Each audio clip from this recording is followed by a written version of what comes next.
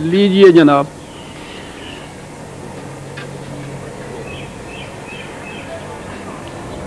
کفر اور اسلام کی بات کیسے واضح ہو رہی ہے؟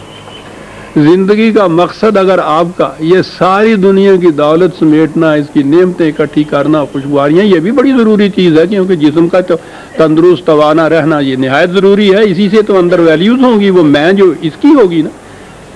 لیکن اگر مقصود بالذات اتنا ہی ہے اور آپ میں ویلیوز کا کوئی فرق نہیں ہے، حرام اور حلال میں کوئی تمیز نہیں ہے، تو یہ حیوان کی سطح کی زندگی ہے، انسان کی زندگی نہیں۔ اور اس زندگی کو قرآن کفر کہتا ہے۔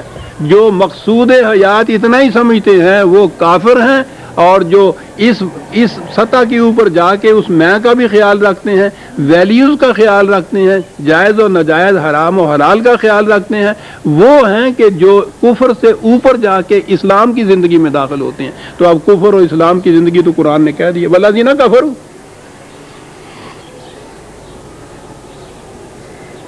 اجتماعی زندگی میں اس نے کہا تھا کہ من لم یحکم بما انزل اللہ فاولئک هم الکافرون، جو بھی خدا کے کتاب کے مطابق حکومت کام نہیں کرتے ان کو کافر کہا جاتا ہے۔ وہ تو ہے آپ کے یہاں کی اجتماعی زندگی۔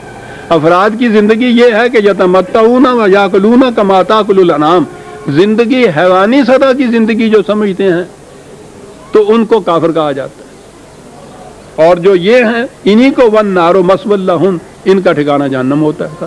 بات ختم ہو گئی۔ تو یہ تو ہر شخص اپنے ہاں طے کر سکتا ہے، فیصلہ کر لیتا ہے اپنے آپ کہ میری زندگی کا مقصود اتنا ہی ہے۔ عزیزان من، سوچئے گا اطمینان سے کہ زندگی کا اتنا ہی مقصد ہے۔ کیوں میاں صاحب آج کل پھر کیا ہو رہا ہے؟ کہنے لگے صاحب اللہ کا شکر ہے، پڑھے لکھے ملازم، نوکری کی، بڑی عزت کی نوکری کی، نوکری بڑی عزت کی، اس فریب خوردہ شاہی کو کیا کہا جائے؟ بڑی عزت کی نوکری کی، ٹھیک ہے جی، ریٹائر ہوئے۔ اکبر جو کہہ گیا، کیا کہیں اب آپ، کیا کارے نمایاں کر گئے؟ بی اے کیا، نوکر ہوئی، نوکر ہوئے، پینشن ملی اور مر گئے، کارے نمایاں۔ بیل بھی اسی طرح سے مرتا ہے، کھاتا ہے، پیتا ہے، بچے پیدا کرتا ہے، سانس لیتا ہے، تبھی مشینری ختم ہو جاتی ہے، مر جاتا ہے، وہ بھی مر گیا، یہ بھی مر گیا۔ اس کی موت کفر کی موت ہے۔ حیوانی سطح کی زندگی کفر کی زندگی ہے۔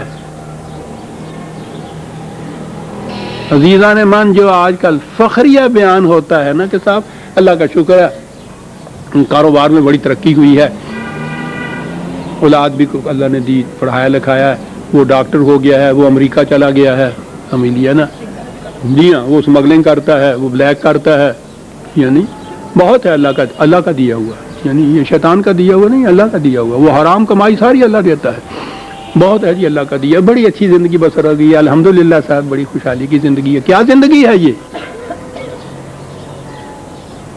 وہ اب تو نہیں ہوتے، کوتل گھوڑے ہوتے تھے جن پہ سونے کی کاٹھی ڈالتے تھے، ہیروں کے گلے میں ہار ڈال دیتے تھے، یہ کچھ ہے نا، بڑی خوشحالی کی زندگی، بڑی اچھی زندگی، اللہ کا شکر ہے۔ حیوانی سطح کی زندگی، میں کا کوئی خیال نہیں، کیسے یہ آیا اس کا خیال ہی نہیں۔ پھر کیسے کی بات آئی تو دماغ میں فوراً آ گیا کہ حضرت عمر رضی اللہ تعالیٰ عنہ سے انہوں نے پوچھا تھا کہ خلافت کسے کہتے ہیں؟ کہنے لگے میں تو زیادہ لمبا چوڑا کوئی فلاسفر ہوں نہیں، میں تو سمجھتا نہیں ہوں، میں تو اتنا ہی سمجھتا ہوں کہ خدا کے ہاں سے پوچھا یہ جائے گا کہ کہاں سے لیا تھا اور کہاں دیا تھا، میں تو اسی کو سمجھتا ہوں۔ کیا بات ہے! جس کو ہر وقت اس کا دھڑکا ہے کہ کہاں سے لیا تھا اور کہاں دیا ہے، یہی تو ہے وہ میں کی زندگی۔ حیوانی سطح کے اوپر یہ سوال ہی نہیں پیدا ہوتا کہ بیل کہے کہ میں نے وہاں سے کھایا تھا، وہاں سے نہیں کھایا تھا، مجھے تو گھاس چاہیے تھی۔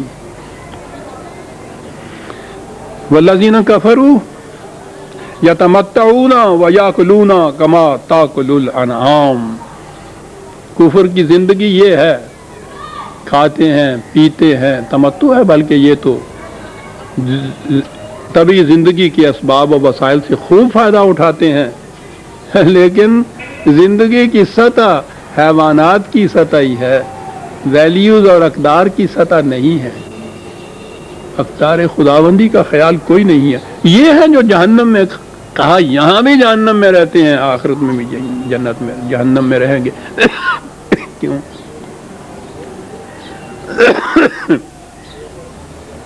اچھا دو چار ہیں تو پھر ٹھیک ہے، یہ کہا اور اس کے بعد پھر وہ تاریخی طرف چلا گیا۔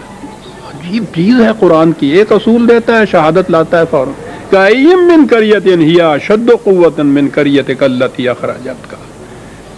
کہتا ہے کہ یہ چیز ان کے ذہن میں ہے کہ صاحب ہمارے پاس بڑی قوت ہے، دولت ہے، مال ہے، افراد ہیں، اولاد ہے، خاندان ہے، قبیلہ ہے۔ کہتا ہے یہی کچھ کہتے ہیں نا، ان سے پوچھو کہ یہ جو ہم نے تمہاری توجہ دلائی ہے ان کھنڈرات کی طرف، تاریخ میں تم نے پڑھا ہے نا، تم سے کتنے گنا زیادہ ان کے پاس یہ سب کچھ تھا۔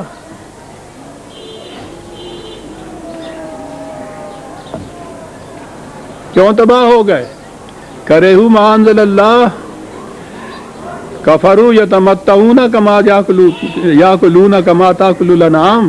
یہ بات تھی ان کے ساتھ، یہ ہوا تھا اہلکناہم، ہمارے اٹل قانون نے تباہ کر کے رکھ دیا، برباد کر کے رکھ دیا، ذلیل اور خوار ہو گئے۔